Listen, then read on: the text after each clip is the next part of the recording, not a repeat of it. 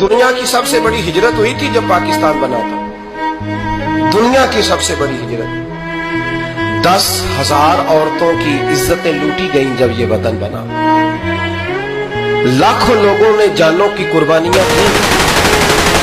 अभी 15-20 साल पहले हिंदुस्तान का पंजाब का जो इलाका है उसको खोला गया तो एक कुएं से अभी भी हड्डियां मिली हैं जो सिखों ने काट कर मुसलमान कुएं पूरा भर दिया। इस तकलीफ के साथ वतन बना। किस लिए? जमहूरियत के लिए, हुक्मरानों के लल्ले तलल्ले के लिए, उनकी बड़ी कारों जीपों और मर्सिडीज के लिए। पाकिस्तान नमाज के लिए नहीं बना,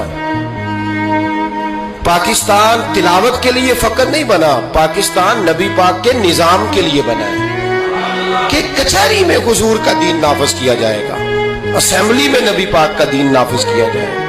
हजरत उमर फारूक रदी अल्लाह ताला अन्हु के तरीकों के मुताबिक हुक्मरान इस मुल्क को चलाएंगे, इसलिए पाकिस्तान बनाया गया था। अब तो कोई ये नारा नहीं ना लगाता, कोई जमात भी ये नारा नहीं लगाती जितनी सियासी जमातें हैं। हालांकि पाकिस्तान का नारा आज भी हर आदमी को पता है कि पाकिस्तान का मतलब क्या, ला इलाहा इल्लल्लाह मुहम्मद रसूलुल्लाह सल्लल्लाहु ताला